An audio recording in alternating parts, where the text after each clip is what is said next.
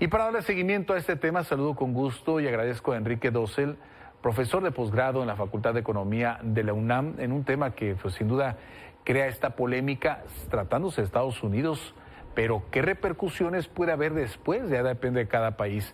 ¿Cómo está? Buen día. ¿Qué tal? Muy buenos días, gracias por la invitación. ¿Cuál es en este caso el sentido que se le puede dar a esta posible legislación de TikTok en Estados Unidos? Entendiendo que tiene un trasfondo político, ¿no? Pero tiene también una repercusión económica. Mira, el caso tiene antecedentes y repercusiones muy significativas a nivel global. Los antecedentes no son irrelevantes.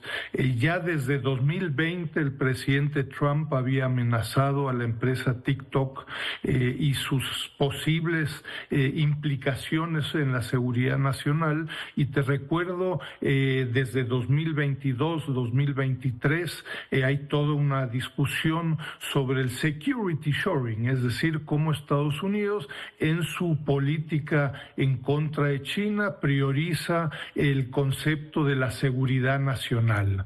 El caso de TikTok es muy emblemático y significativo, ya que se sospecha, diría uno en México, existe un sospechosismo de que la empresa TikTok pudiera tener implicaciones en la seguridad nacional debido a sus posibles vínculos con el gobierno chino. De nuevo, nada de esto se ha demostrado ni discutido a detalle, pero el generalizado sentimiento antichino en Estados Unidos, bueno, pues ha permitido poner por primera vez, me parece que en la historia reciente de Estados Unidos, pues de exigirle a una empresa, en este caso propiedad china, de exigirle a una empresa su venta o prohibición en Estados Unidos, ¿no? Las repercusiones son enormes, porque en un principio esto le pudiera pasar a cualquier otra empresa en el futuro, ¿no? Que tuviera, en fin, un directorio de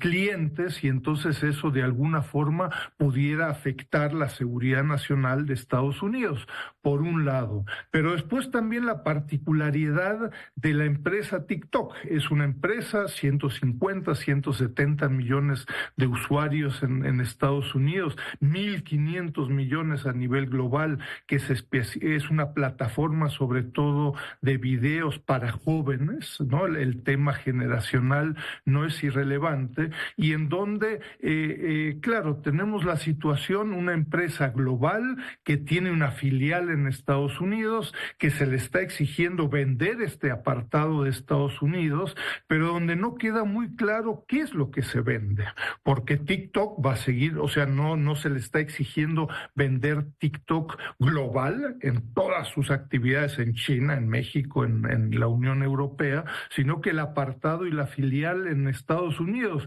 Es decir, el software y el algoritmo que utiliza TikTok, si se vende TikTok, va a seguir siendo utilizándose por TikTok a nivel global. Entonces no queda muy claro qué es lo que compraría un posible comprador, más allá del precio y quién pudiera comprarlo, siempre bajo la supervisión del gobierno de Estados Unidos. No está muy claro qué es lo que vendería TikTok, siendo que TikTok Global va a seguir utilizando el mismo software y el mismo algoritmo. Entonces estamos ante una situación realmente nueva, en donde pues las implicaciones también pudieran ser para otros países como México, turistas que van a ir a Estados Unidos y que tienen en su celular a TikTok, qué implicaciones tendría esto, etcétera. Estamos en un antecedente y realmente nuevo, con implicaciones para muchas otras empresas con base en un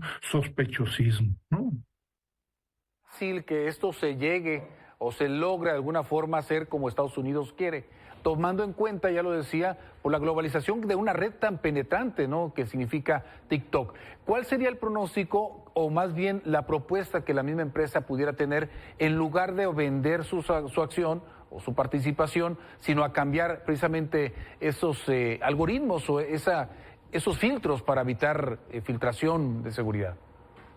Lo que sucede es que, a ver, la empresa ha tratado desde 2022 de tomar medidas específicas, tuvo un arreglo con la empresa Oracle en la que se comprometía TikTok que toda la información de los usuarios en Estados Unidos solo se guardaría por esta empresa estadounidense y por nacionales estadounidenses. Esto pareciera que no fue suficiente para el gobierno de Estados Unidos y de nuevo todo el argumento y la ley es con base en una sospecha, porque no se ha demostrado nada al respecto, ¿no? Entonces, escenarios, pues hay múltiples escenarios. El principal es un generalizado sentimiento antichino por los dos principales partidos políticos en Estados Unidos, elecciones en Estados Unidos donde pareciera ser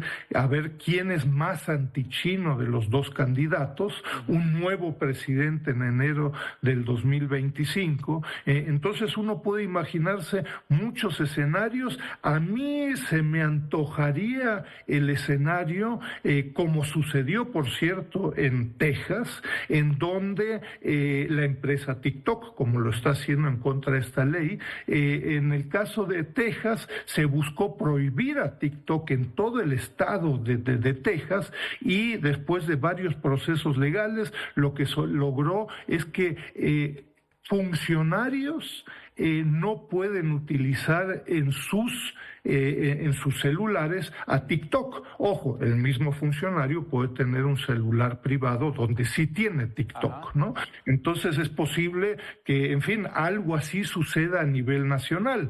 Pero ojo, el sentimiento antichino es muy profundo y puede suceder cualquier cosa en el corto plazo, ¿no? Y no digamos, por último, hablar del impacto económico en las empresas que dependen incluso de esta red para cuestión publicitaria, promoción, etcétera. Es decir, tiene una repercusión increíble más allá de la seguridad, ¿no?